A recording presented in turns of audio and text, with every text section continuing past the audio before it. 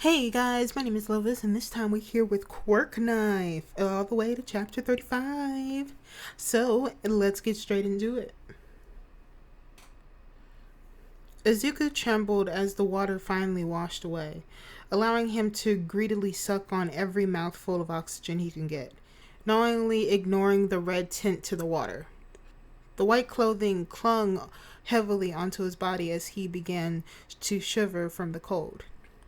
Turning to the only other item that was white in the room, a cracked mirror which held his reflection. Izuku looked into it, noting how gaunt his face was, how empty his eyes were, almost like the green was completely faded. His reflection only stared back, but upon closer inspection, it wasn't his reflection at all.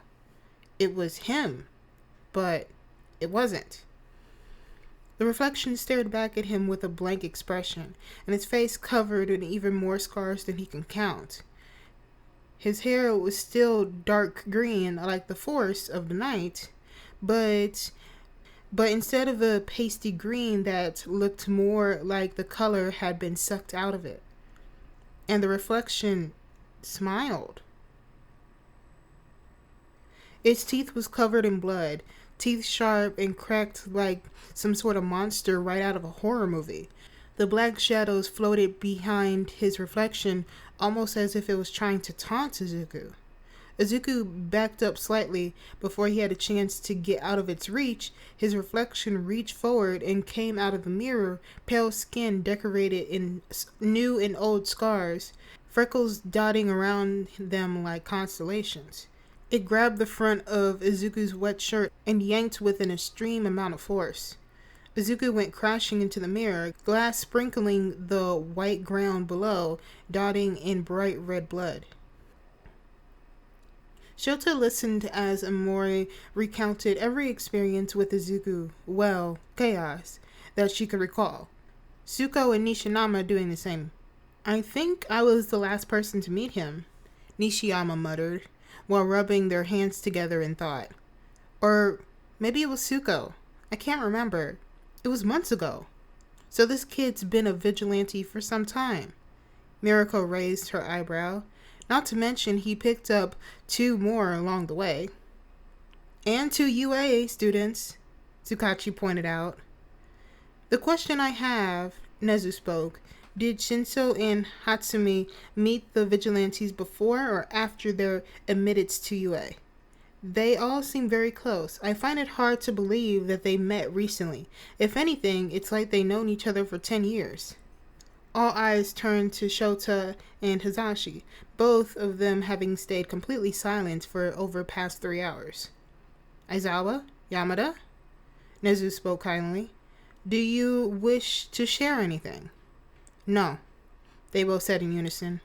Hizashi's leg bouncing like crazy, while Shota never felt more calm before.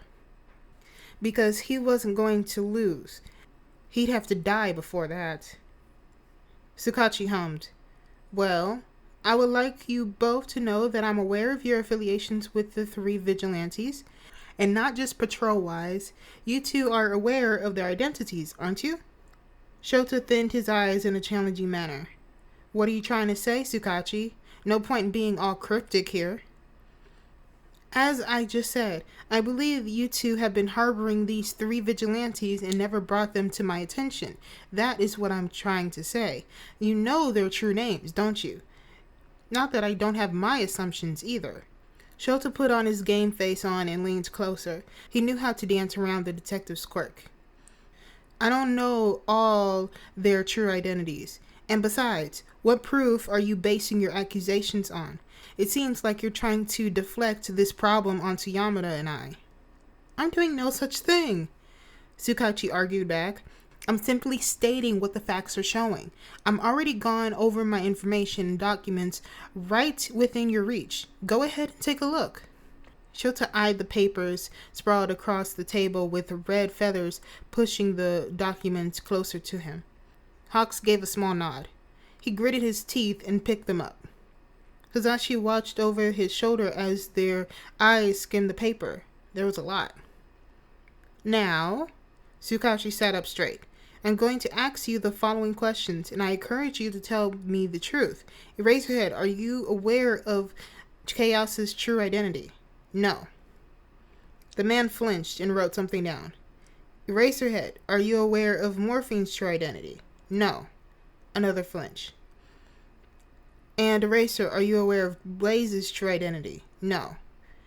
This time, Tsukachi frowned. You're not? No, not his true identity. Shota looked away as Hisashi made eye contact with him, filled with the swirling and panicked emotions. Aizawa, is it true that Izuku Midoriya is familiar to you? And Shota stood up and made his way for the exit, but the officer with the cat head was quick to cut him off. Tsukachi stood up as well. Answer the question, please. I wasn't aware that this was an interrogation, Hisashi shouted suddenly, standing up and looming over Tsukachi with pure height. What are you accusing us of, exactly? I'm accusing you of smuggling illegal vigilantes and hiding their identities from the law despite knowing the ongoing investigation. Shota clenched his hands into a fist and turned around. Stop calling them illegal vigilantes. They're just kids. It seems you've made your conclusion on your own, and I will not apologize for my actions. Amori tossed her hands in the air. Hold on a minute. I think I'm missing some chapters here. What the fuck is going on? I second that. Kayama held a finger up. Why are Sho and Zashi in trouble now? Tsukachi sat back down and sighed. This entire time, Aizawa and Hayamada have known who these kids are, and Chaos connects to another case I was trying to wrap together. What about his family that were looking for him, Aizawa? Were you really that selfish? Don't you dare! Shota activated his quirk and his hair began to float and his eyes sparkled red. You know nothing, Namasa. Let me make that clear. He doesn't have any family looking for him, you idiot. You know nothing about him, and I do. Yeah, and what do you know? I know that he doesn't like the dark. He hates his vegetables, but he'll eat them anyway because we force him to eat healthfully. I know the mask he puts on as Chaos is very fake because he's actually extremely anxious. He loves Katsudan. He loves anime. He's highly intelligent and graduated middle school months early. I know his mother's dead. Shota paused as he took one breath in and continued. I know society left him on his own because some stupid fucking title he was given. I know he cares about his friends more than anything. He would die for them. I know he's been trying to learn how to braid his hair. I know his favorite color isn't actually green, but he doesn't have one, though he likes red, yellow, purple, and blue. His favorite number is 69 because that's the little shit he is. He speaks several languages, including English, French, and Spanish. He suffers from severe insomnia, yet refuses when asked and offered help. I know he can't swim. Shota stood tall and jutted his chin out. But what do you know about him, Tsukachi? Enlighten me, please, as I clearly know nothing. The room was silent and stiff as Shota pointed a finger directing at all of them. And I know he's my kid. He's done nothing but help heroes catch villains.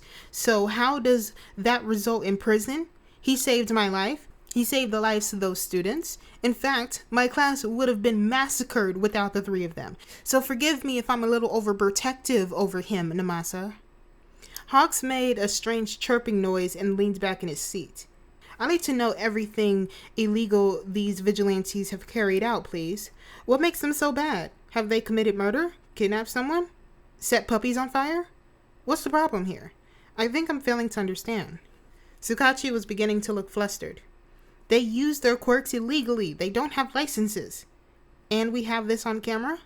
Nishiyama tilted their head. Is there proof they use their quirks? Well, no, but the victims have taken in with stab wounds. Victims? Amori arched an eyebrow. I know I just didn't hear you call villains victims. These kids are clearly the victims here based on what I've heard. They've stabbed people. I've stabbed people. Tsuko deadpanned. Are you going to arrest me, sir? Tsukachi was growing visibly frustrated. No, because you have a license. I have a license for my quirk, not for stabbing people. Why don't we just, talk to the kids? Kayama spoke. up with an awkward chuckle. I want to hear their side of the story. Yeah, Mirko nodded in agreement. I think that's a great idea. I want to meet these little rascals. Sukachi groaned and looked back to Shota. Fine. Before we bring them in here, is there anything we should be aware of? Quirks, perhaps? Because some of the officers said they saw Yagi on the 7th floor while they were searching for the missing vigilantes, yet he never went up there. Shota couldn't help but hide the smile in the corner of his elbow. Nothing important. Oh, but morphine bites. She bites? Yes, as does Hatsumi. Shinso also bit me. I get bitten a lot. I should probably get them since my quirk is harmless, if necessary. Zashi, come with me. I doubt they trust me. Kayama stood up and headed for the door, the blonde falling in step by her side. By the way, Shota hummed as he retook his seat next to Omori. If you do anything to hurt these kids, I'll personally make your life a living hell. All of you. And he meant that with every ounce of his being. Hawks wasn't sure what to expect when Rumi dragged him out of their late dinner for, as she so enlighteningly put it, some dope-ass fucking pressing matters. Now seated in a room with several heroes he had never heard of and talking about some group of kids that were playing hero, he's struggling to see the big deal. They didn't sound like other vigilantes that went around committing literal homicide. Just a group of kids like to stop bad guys. That doesn't sound so bad. What you thinking? Rumi leaned in and whispered behind one of her hands. You have that stupid face. What stupid face? The thinking face. So what makes it stupid? Because it's your ugly fucking face. Hawks' feathers rustled in annoyance in a moment, and he flicked his friend hard against the forehead. You suck. You swallow. Since when did I become friends with a pubescent boy? Since this pubescent boy was the only one willing to be your friend. The blonde simply rolled her eyes and sunk into the seat, closing her legs properly, just like she'd been taught. He let his eyes roam on the other heroes seated around the table. The 3 strangers he had just met whispered amongst themselves with stressed expressions. They must be worried for their friend. Hawks turned back to Rumi, who was now scrolling viciously through her phone, her long, sharp nails only slowing her down. Her eyes were squinted in focus, as Hawks leaned closer, curious to see what has enraptured her so. What are you doing? He mumbled, and she clicked on an article. Since when do you read the news? That has nothing to do with hero work. Okay, first off, Rumi grunted in return, I am not a narcissist, you bozo. Second off, I'm searching for Izuku Midoriya, the name that the detective dude said. My name is Sukachi. Suka blah blah, that's what I said. It must be Chaos's real name and is connected to a second case. I want to see details. Hawks nodded in understanding. Well, I want to see them too. Move your arm. Don't push me, fucker. Don't call me fucker then. But that's what you are. Is this how all top heroes are? Eraserhead deadpan, because this is getting stupid. You two are bickering like 15 and 16-year-old students. Both Hawks and Rumi's faces flushed pink as they kept their eyes on Rumi's screen. The two smashed together as they can read the article they found. Hawks could read faster than Rumi, so he took the time to soak in every detail of the villain attack, the fallen apartment complex, and the single death of an Inko Midoriya. Moving on to the next article, both pro-heroes winced at the missing persons report of Izuku Midoriya, but his picture wasn't like the one that Hawks had seen Tsukachi show them. This Midoriya was plump, pink cheeks dotted his freckles like the night sky. A smile so bright it can light up the darkest room. His bright green eyes were full of hope and knowledge and short, bushy curls that were more black than green sitting on his head. Hawks looked at the one on the table, the picture that had been taken of Chaos up in the hospital. He did not look the same. His skin was paper white, incomparably gray, freckles faded. His hair was long, even possibly passing his shoulders, If he were to stand up, if he was to spot where the top of his hair wasn't matted with blood, he could see the hair wasn't as dark. The roots were coming in an odd shade of green, like a faded mint color, but wouldn't be noticeable to others. And then, not to mention all the medical supplies around his body. Hawks tend to pick up every tiny detail that was shoved in front of his face. Sometimes he forgot not everyone did that. That being assessed every little thing like he was in the middle of battle. Poor kid. Rumi whispered under her breath. I could see the similarities, but it's crazy what time does. Hasn't even been a year and he looks so different from Tsukachi's report of USJ. Seems most of the kids thought he was a female. Well, it makes sense. Chaos has a feminine hero costume, and he's wearing a skirt during this. Can't you blame the kids for giving false information? I like his costume, though. Rumi smiled while looking at a really poor recording of Chaos running through a dimly lit alley before the camera was cut off. Looks like a badass. The door opened back up, and Midnight entered with a tired expression, carrying one of the vigilantes like she was a small child. Her ankle wrapped up heavily. 2 more kids followed with angry atmospheres. A boy with fluffy purple hair and a girl with pink dreadlocks stomping aggressively. The last was President Mike. The third vigilante had his head ducked down and his sweater hoodie pulled up around his head and face. His chin nearly pressed to his chest. Hello again. Nezu smiled kindly. Why don't you 4 take a seat to the side so we can all sit together? The kids did as told and kept their heads ducked low. Hawks could only describe their appearance as defeated. So, Tsukachi began, we just want to ask you some questions and have you guys down here would help greatly. The 4 didn't budge, eyes still glued to their laps. I'm sure you all know Izuku Midoriya at this point. I simply wish for you all to tell us your names and relationship with him, or her, whatever gender they feel comfortable with, because reports say Chaos was very feminine in appearance. Tsukachi mumbled. What, so boys can't wear skirts? The purple-haired boy said loudly, the detective's eyes going wide. No, that's not what I meant at all. Better not be. After several beats of silence, Hawks drummed his fingers against the table and sighed loudly. No one wants to start. Will it help if I go first? My name's Hawks. I've never actually met Midoriya, was it? But I've heard of Chaos. Okay, your turn, Violet. The boy in question glared daggers at Hawks as he slapped a hand down on the table. Eat my ass, bird brain. Whoa, okay.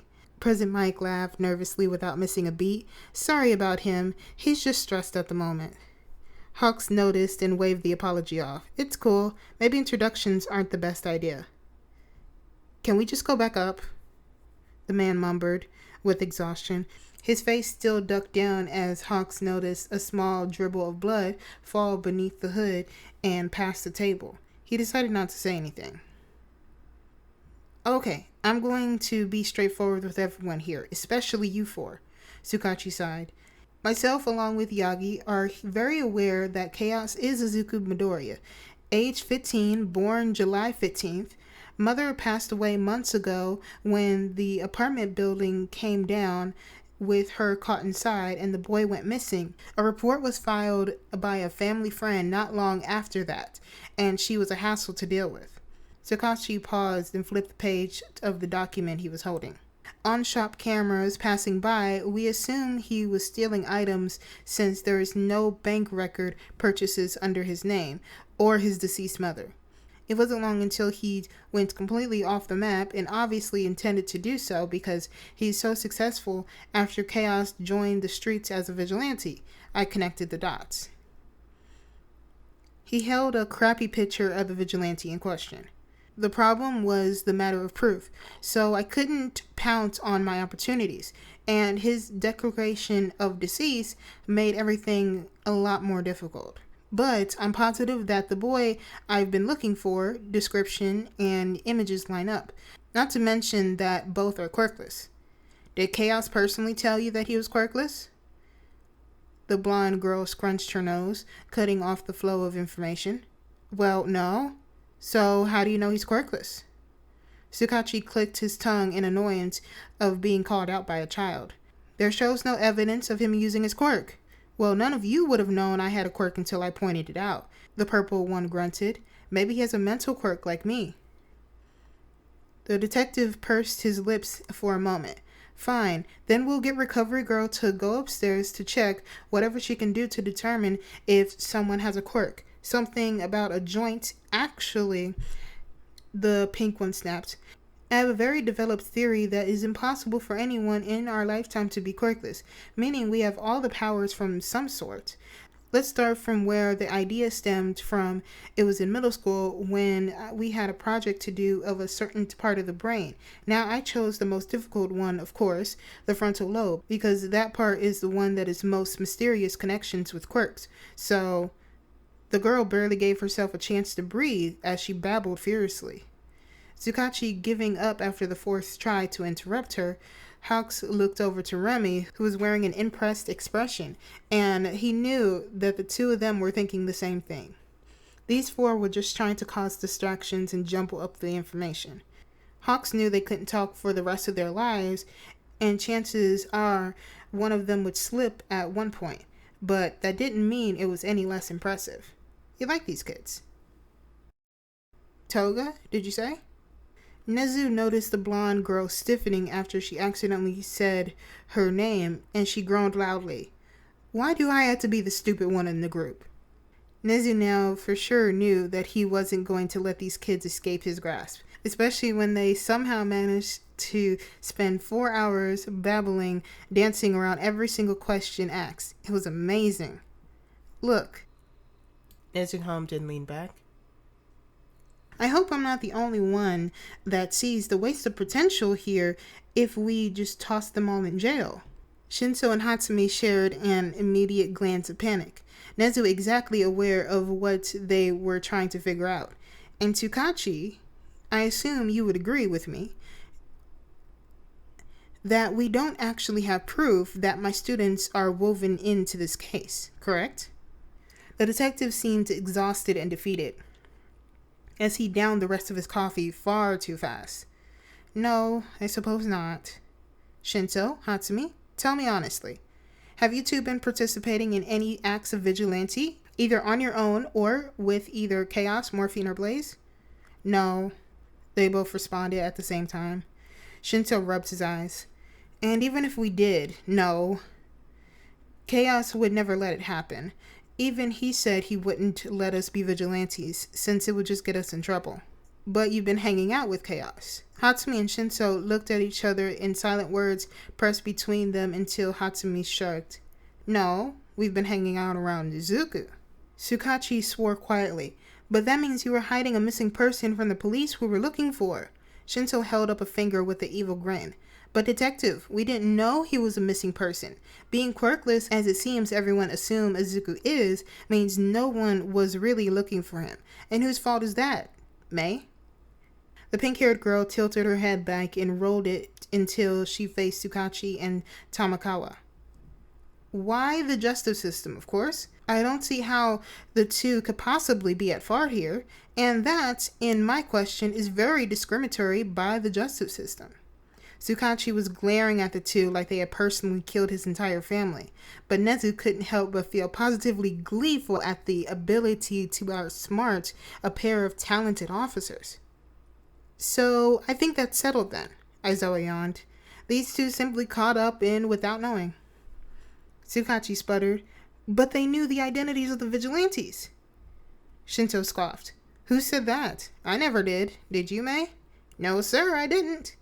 No matter, Tsukachi waved them off. We do know that Eraserhead and Mike both been hiding their identities of the vigilantes for months and obstructing justice. You know, the mysterious man wearing the hood sighed for the first time yet still wouldn't look up. I don't even want to think where I'd be if it wasn't for Izuku. Nezu's ears perked up. What do you mean by that? He stopped me from committing, well, homicide.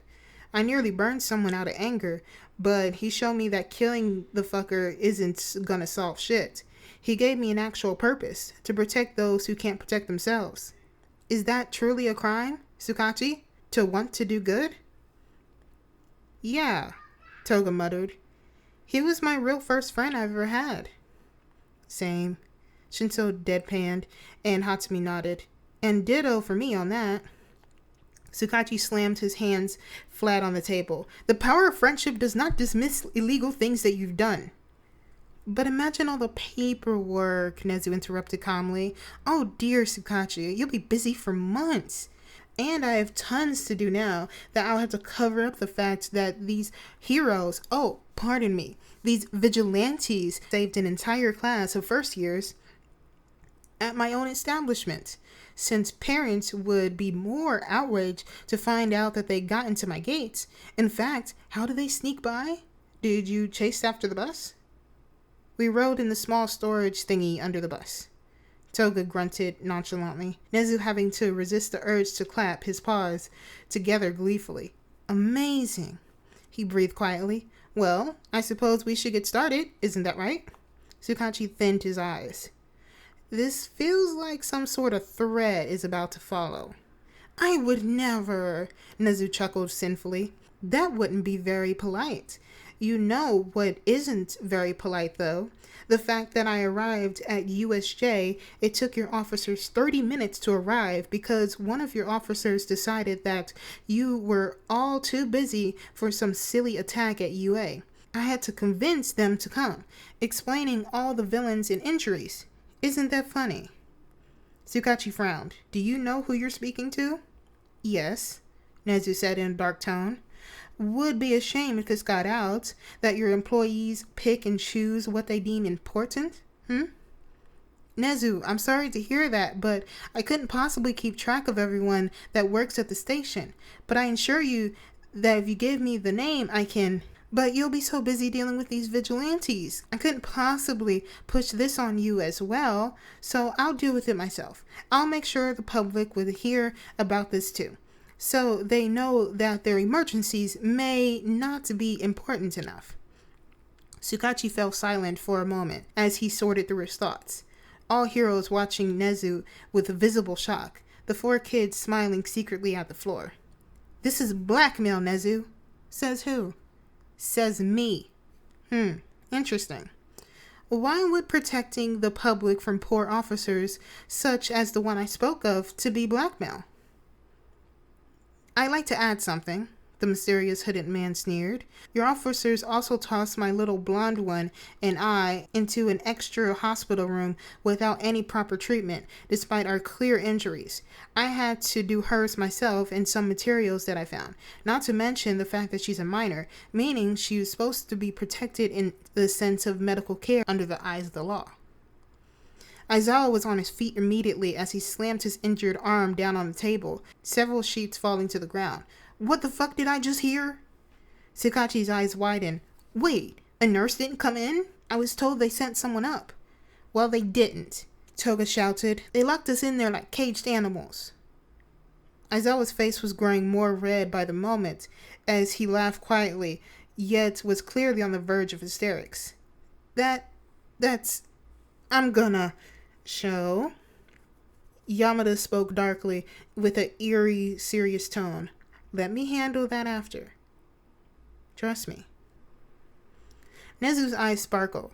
I didn't hear about this. What interesting information. That could get several people in trouble, now couldn't it?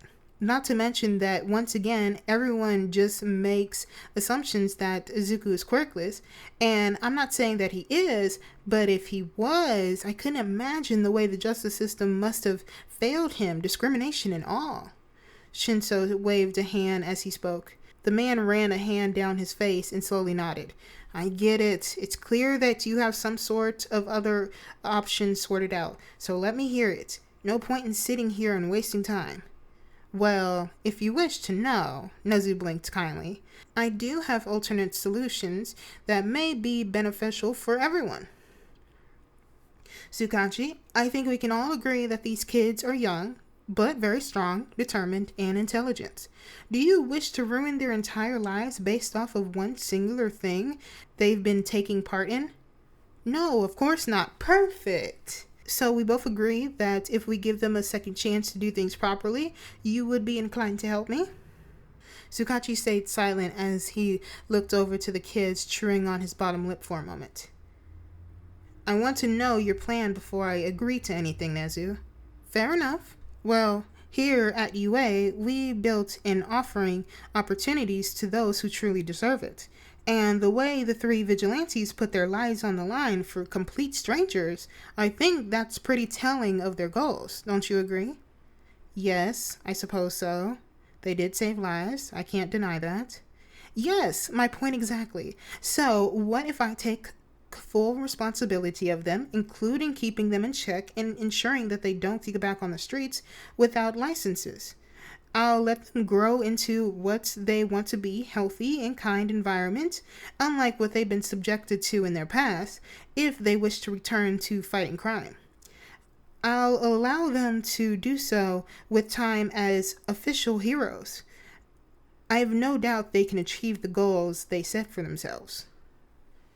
Are you offering these vigilantes spots at UA? Sukachi asks while wearing a baffled expression. Are you serious? Why not? Nezu hums. Think about it. Their talents and quirks could be nurtured properly. They could get an education and proper social interactions. Plus, it would be supervised by heroes all over campus. And off campus. Nezu was about to give some sort of answer, but it seems someone else beat him to it. They're mine, obviously. Everyone turned to Aizawa as he crossed his arms. Look, Hisashi and I have been feeding these munchkins for several months. We literally eat dinner in my living room and watch anime every night. Might as well living with me, too. We're the best options. We? Yagi asks. What do you mean? Oh, do you mean you and Yamada live with one another? Nezu had to hold back a laugh, as did Shizenshi and Kayama, and as Aizawa gave one nod. Sure, you can say that. Besides, I'm capable of erasing their quirks if necessary, and I'll spot them if they decide to roam the streets, in which I will not give them another chance. Rules will be strict, I can assure you. I like this idea. Amori smiled kindly. And, along with myself, Habi, and Suko, we'll be sure the kids stay off the streets. You can count on us. The angry flush in Tsukachi's face faded slightly, as the idea hung suspended in the air for a moment. Hawks half asleep before Miko slapped the back of his head, causing a few feathers to shoot out from his small wings, and his eyes darted around the room. Excuse me? The mysterious man held up a finger. I can't exactly join a class of 15-year-old children. Nezu hummed. Why not? Because I'm a fucking adult. From the corner of his eye, Nezu caught the way Hawks thinned his eyes at a specific man, bushy eyebrows pulled together in thought. I can figure something out for you. Nezu settled on. I'm always open to new ideas. And what about me? Toga set a chin on the table. I'm a year older than Toshi and Mei. So do I have to go to second year? I'm not smart enough to do that stuff. Nezu knew the kids were anxious for something new. It wasn't easy to be thrown back into everyday life for most people when all these kids known is survival. It was something Nezu could understand. I'll figure everything out. For now, I need your word that you'll stay out of trouble and stop your vigilantism immediately. It isn't arguable that what you did is illegal, no matter how heroic. This stops here. Is that understood? Toga and the man hesitated for a moment, then nodded slowly. Good. I'm glad we're on the same page here. So I can live with Shota and Hisashi now? Toga clarified as she broke the silence. Nezu simply nodded. The paperwork may take a day or so you'll both have to stay here for another night, but I'll organize it as soon as possible for you. Thank God, the man grumbled as he stood. I'm going to see Izuku now. No one stopped the group of kids this time as they headed for the door, but Nezu cleared his throat anxiously. Wait, you're the only one who hasn't given me your name. The man paused and his shoulders slacked slightly, head turning ever so slightly towards Hawks and Mirako. Come talk to me later about that. Once Dabi returned to Izuku's room with Toga, Hitoshi, and Mei, the tears began to fall again as they all took their seats around his bed. They haven't slept in hours. Everyone was near crying themselves dry, and with the emotional weight that they were all carrying was nearly too much. "At least we're not going to be executed," Toga whispered while leaning against the rail of the bed. "I didn't want to be executed." Mei rubbed her shoulders and gave a soft squeeze. "Toga, hun, I don't think they were ever planning on executing you guys." Hitoshi chuckled wetly as he folded his hands in his lap and pulled lightly at his nails, using his shoulder to wipe the tears from his face. "I'm so tired." The boy laughed as the sound turned to another sobbing hiccup, his hand coming up to brush the hair carefully from Izuku's eyes. Everyone murmured quietly in agreement before Dabi cleared his throat. "My mom used to say that those who are unconscious live in the land of dreams." The kids all looked at him with red eyes as he continued. "And they can hear us. It's like we're in a cloud of their visions." "Like gods and goddesses?" Toga pondered quietly, as Doga only shrugged in response. It was just Recovery Girl sitting in the room with them, busy writing some things down on some sort of chart and organizing her medical supplies. She had kicked the officers out of the room and made them stand outside. "Maybe," Dobby whispered. "Apparently, whenever I was unconscious and my siblings would speak to me, Mom said I always seemed to be dreaming of their words." Hitoshi frowned. "Were you unconscious a lot? Or something?" Recovery Girl looked up from her chart that she was working on with a pinched expression as Dabi simply stared at Izuku's face, then shrugged. "Clumsy kid, I guess." Hitoshi thinned his eyes further, but didn't push on it. His gaze returned to Izuku's face. "Aizawa really just adopted 2 illegal vigilantes on the spot without hesitation whatsoever," Dabi spoke to himself. "I'm an adult. Shouldn't I have my own place or something?" Toga clicked her tongue. "How old are you again?" 22. "Exactly. You're still young, you know. You act like you carry the weight of the world upon your shoulders, acting like you've grown up. You were forced to grow up ever since you were a child. So take the hand that's being extended out to you before you regret it." Dabi, Mei, and Hitoshi stared at Toga with wide eyes as she smoothed out the blanket over Izuku's legs, humming a melody quietly to herself. "What?" she finally squeaked when she noticed all eyes were on her. "Did I say something wrong?" "No," Dabi answered quickly while still wearing a shocked expression. "That was very, what's the word?" "Wise," Mei contributed as Hitoshi nodded. "And intelligent?" Toga pursed her lips. "Right, what did I say again?" "Never mind." Dabi leaned down closer to Izuku's face and gently twisted a stray curl between his fingers. "Better not fucking die on me, Munchkin." Hitoshi flicked his forehead. That wasn't nice, but there was no bite to his words. "What should we talk about? You know, in case he can hear us." Toga whispered softly as she rested her chin on her knees against her chest. "What would Izuku want to talk about?" Hitoshi pierced his lips in thought as he flicked through ideas, finally settling on one. "I know you don't really love heroes, with some exceptions, of course, but today some heroes came in that you never would have met before, but I think you would like them. There was Hawks. I already know that you would bombard him with Quirk questions. If you were wondering, he does act like a bird." Mei and Toga chuckled as the boy continued.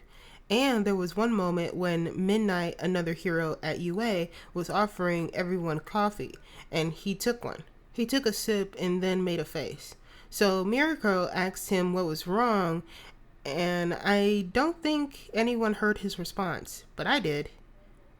He thinks coffee tastes bad, but he says that he's an adult, so he has to have the adult drink." Mei laughed a little louder. "Did he really?" Dabi snorted. "It's something he'd say." Hitoshi looked over to him. "What was that?" Dabi shook his head and leaned back. "Nothing. Keep going." It wasn't long until the kids began nodding off one by one, leaving Dobby the only one awake when the insomniac tapped out, but still mumbling softly under his breath. There was a soft knock at the door, and Dobby turned, eyes widening ever so slightly at the red feathers in the doorway, his hands making way to pull up his hoodie immediately. "Hey." The blonde nodded as he stepped in. "Mind if I come in?" Dobby didn't answer. The heel of the short man's boot clicked softly against the ground as he approached. "I sent Rumi, Miracle out for food. Said she'd bring some back for y'all." Dobby just grunted in response. The man didn't try to take a seat. Instead, looked over Dobby's shoulder at Izuku and sighed. "Kid's tiny. Hard to believe street thugs are tired of being caught by him. And you as well, of course." At the lack of response, he chuckled. "You're not much of a talker, are you?" "No." Even Dobby startled himself at the response, but he kept shrinking in on himself, as if the ground would swallow him whole if he can get out of the situation. "That's right. I'm a talker, so I can fill the silence for us. Or you can just be quiet." Dobby watched a red feather fly around his face in a soft swirling motion, traveling towards the window and then returning, catching itself back with his wings. "Sorry," the blonde chuckled anxiously. "I don't really talk to many people my age, and Mirako doesn't count." "What makes you say that we're the same age?" You said that you were an adult, but you seem pretty young, so just a guess." "I'm sorry. I think. Sorry. Is that, like, rude to say? I didn't mean to come off that way." "Shut it, Tweety Bird." Realizing his mistake too soon, he heard the man inhale sharply behind him and Dobby's tongue and staples in the corner of his mouth. "Funny nickname," the man chuckled audibly, rubbing the back of his neck. "Yeah, I'll get going now. You should probably get some rest." Dobby ignored him. "Okay then. See you around. Maybe. Hopefully." The door shut and Dobby exhaled heavily, placing one hand over his mouth. A feather still sat by Dobby's foot, and he bent down, picking it up and gently feeling the texture as he placed one of his legs over the other, trying to get comfortable. Dobby leaned his head back and closed his eyes, sliding the feather into his pocket and crossing his arms, letting the silence lull him to sleep. Dobby dreamt of whistled tunes, ice packs pressed against his raw skin, and red feathers everywhere he looked.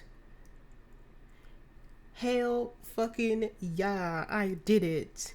Got to the end of this. This was a long ass fucking chapter. I hope the next one isn't this long. It took me fucking forever.